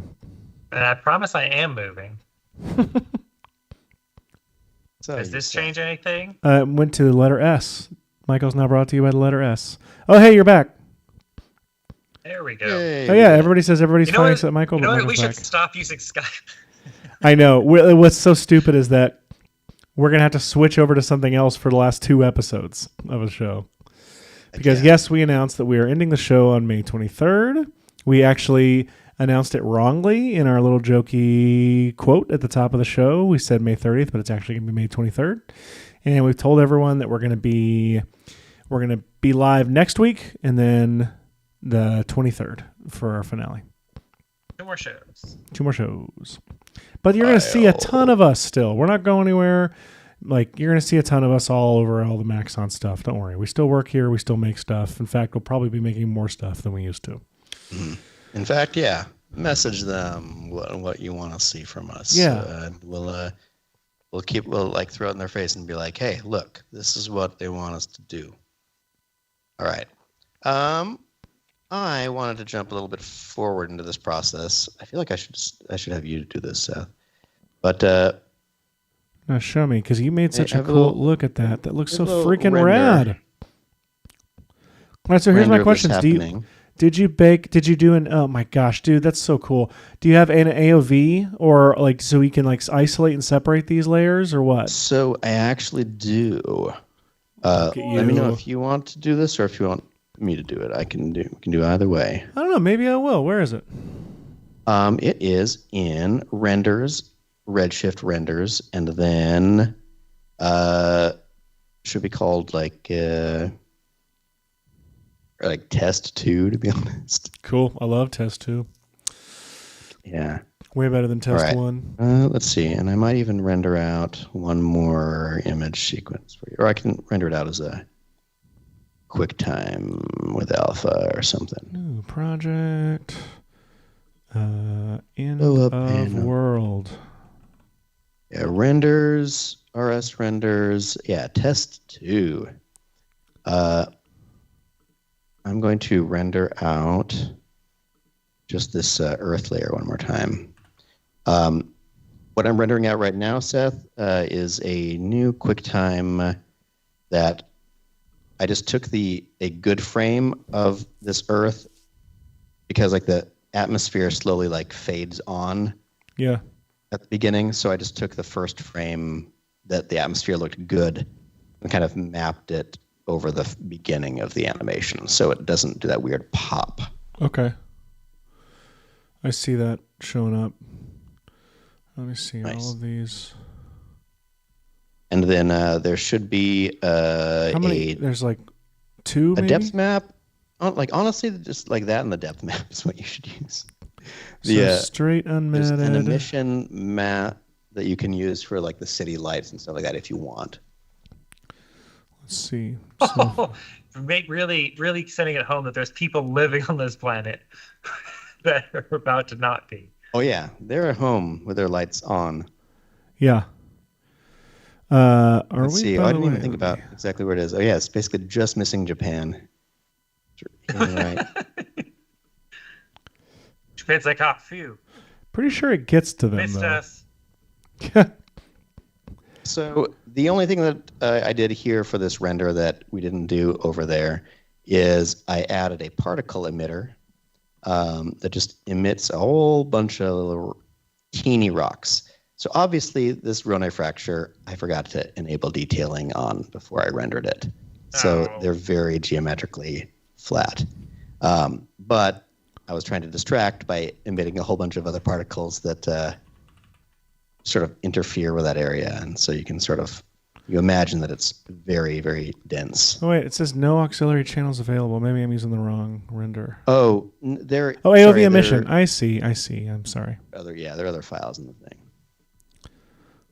And then, Michael, you didn't get to see this one. Here's the other test we did. Look at this. Let me see. Save this. Let's see. Check this out. It says no auxiliary channels available on that Verona. You just did. I see. It's separate files. Oh, I see. So it's like a glow emission of whatever of light, and then I was hoping I'd be able to like mess with. I can figure something out. I'll figure. And then there should be. Did you find the QuickTime that's in there? Yeah, I was. I knew what you said it was, but it wasn't clear on how to use it with these other stuff. It basically it can replace the render. Oh, in a the way. test 2. The only thing that's weird is that little I did have geometry as a little beam that came in and blew it up, but I tried to kind of take it out so we could add in our own beam. So what is the Verona? What do you want? What am I using the AOV So there should be a for? depth map that'll help you be able to put like stock explosions and stuff like that. I can open up. It doesn't look like a depth map to me though on my end. Weird. Well, here, let me open up. I can open it back up over here. Sorry, everyone. Sorry, I got all excited. I was gonna do apologize. something. You're welcome, everyone.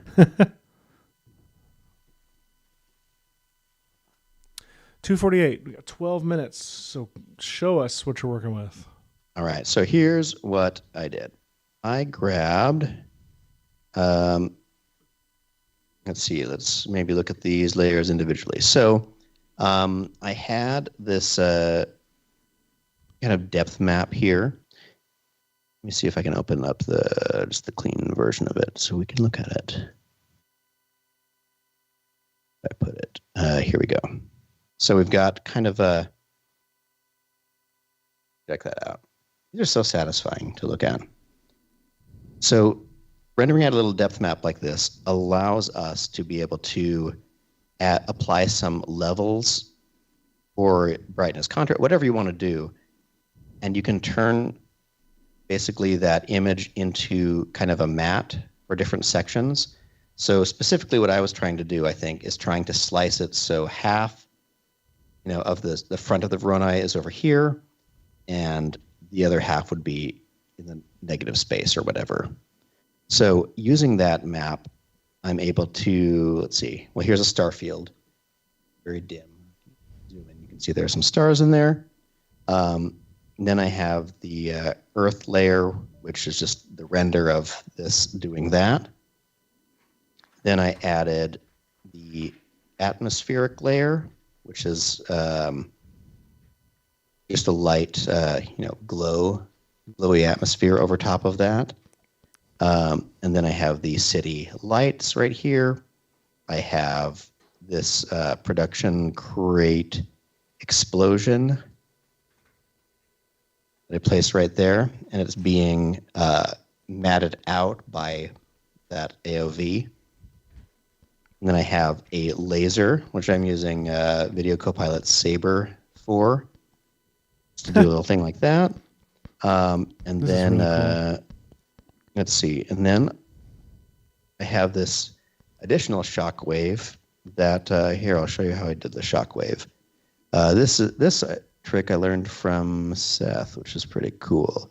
Oh. You can... I probably forgot already. So basically, if you have some cool thing like this, so I needed this to be on top of my planet. So let me just do a example of what that would look like. So we've got, see on frame 1, so we've got a planet. So we've got this shockwave. So like, you do that. Doesn't look great. But what's kind of cool is if you have any object like this and it's not quite right for a spherical thing, you add some optics compensation to it. Ah, yes. And then if you turn up the field of view, you'll see that it sort of, fish eyes the object like that. And if you turn it to a pretty extreme measure, you can then grab the center point and look at this. As you drag it around, this perception of spherical depth. So in this case, if I drag this down like that, maybe, and then I can rotate this piece here, you can take anything that is just meant to be flat, add optics compensation to it, curve it around to this virtual curved surface that matches what you want it to do. So now, a great application of this. Isn't that fun? So like now, even though the stock isn't meant to work on this, totally does. And also, it's just so fun to move around the sphere by having the optics center. It's very fun. It's a great way to like do a little character. I think I learned this from your sorry, what was it called? Oh yeah, it was the it wasn't Ecto. Well, it was kind of Ecto. It was the no, Busted. Busted. Ghost That was the name of Busted, the short. yeah. Busted. Ghosted didn't feel right. But anyway, I did that. I split this layer in half, kind of front half, back half. And then the magic all happens. Like, see, this looks like garbage all by itself. But if you combine all of these layers together lovingly with super comp, Look at this. A super quick rundown of this. It means that you have the Earth render down at the base. It has a little bit of optical glow to create some of its own atmosphere. The city lights are there. And I guess I lost the glow. I thought I had a glow on it. Let's add it. Optical glow. Look, now the cities are even brighter. The people are even happier to be alive at this exact moment. So highlights only. Let's turn highlights only up to like 50 or 70 or something. Where? No way that's responding to me right now. Was it just cached? Oh yeah, it's loading. You see the blue bar now. Yeah, there we go. Okay, so now we can get like more of a little like teeny bit of bloom around those cities and stuff. Then I have the atmosphere has some slight heat blur on it, so you can see that as we get toward the edge here, you have just this hint of like defocusing going on. Heat blur and blur behind are some of my favorite things Supercomp does. I know I've said it before, and I know I'll say it again. It's just it's so good. So like, let me look at the shock wave up here. So this is the most fun part. Like, check this out. So shockwave with no effects is just this ugly thing. I added CC glass to it because CC glass uses the luminance or alpha as a way to, you can put like a point light right in the middle of it. And so it sort of looks like it's a bit lit from this. Smart. In a really crappy way. But then if you if you sample the colors from the earth there, that's great. Have some blur behind and blur the edges, you still get this kind of volumetric weird shape going on.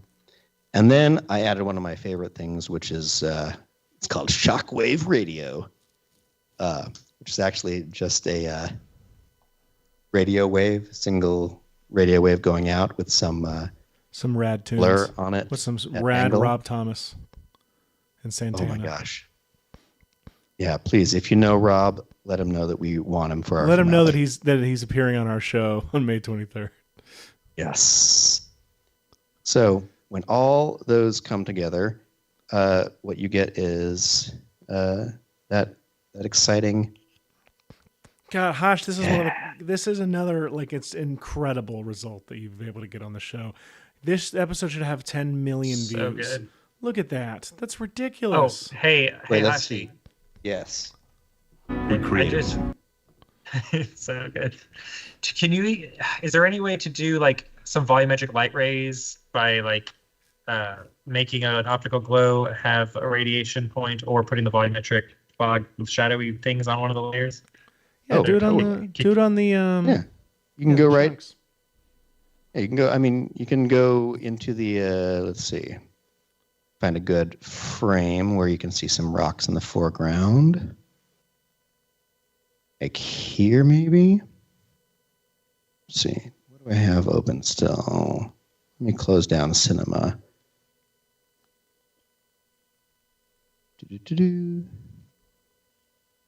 Yeah, I'll save that. Why not? Oh no, I've overloaded my thing. That's so good. All right, so we can go over to the maybe this explosion area, and then under its optical glow, there's this cool radiate slider. So watch this. Turn that up, and what you should get is it's pretty subtle at first. Oh yeah, what the heck? You just turn it way up, and then you can turn it back down. Radiate. Oh, maybe it's actually the actual render's glow is what's doing this. Radiate. Highlights only. Looking as cool as I want it to. You could also just go to those foreground, those blocks, and just do a volume fog. That's true. Wait, we'll go boom. Got about 3 minutes till we need to go. Man. All right. So, yeah, there are totally ways to do it. You could do this.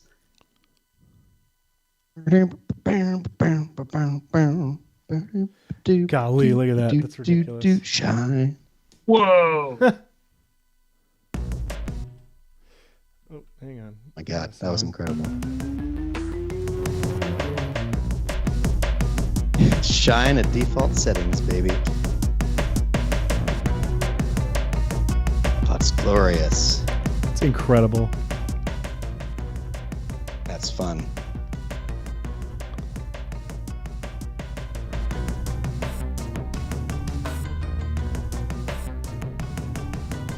Look at this craziness.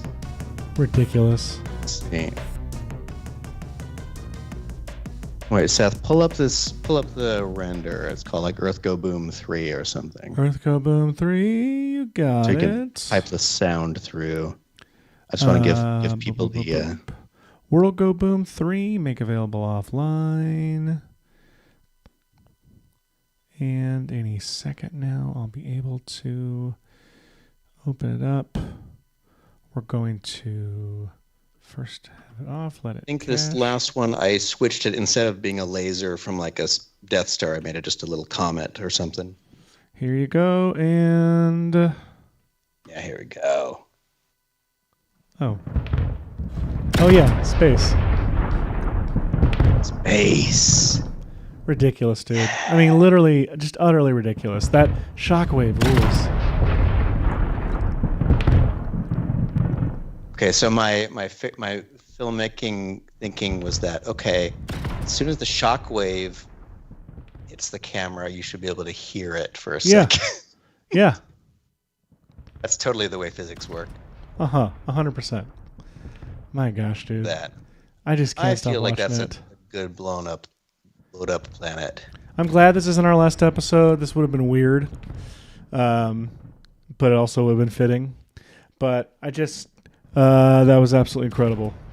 It was This is fun. like We got to work through some emotions, feeling like the world was ending.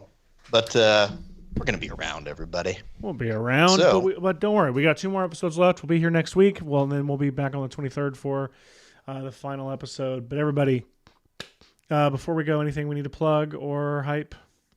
Just your birthday party tomorrow at your house. At my house. Meet me here. I just give Michael's address. There is my address is changing a lot.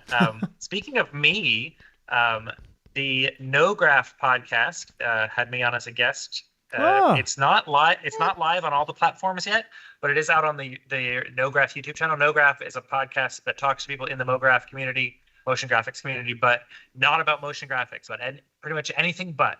So at the very beginning, they talk with whoever the guest is that week about like what they do MoGraph wise, and for the rest of the show, they just talk about what else they do in their lives. So if you want to know a little bit more about me, the link is in the chat. Oh, that sounds delightful. Absolutely. It'll be up on Spotify and Apple shortly, I'm told. Boom. But it is currently out on the No Graph YouTube channel. Wonderful. Everyone go check that out right now. And then Do it. Yeah. And then Wonderful. Be on the lookout. We'll see you next week. Be on the lookout for them comets and lasers and stuff. Because now we know what Heck people yeah. can do. We've given you the power. Use it responsibly. We'll see you next week. Goodbye, everybody.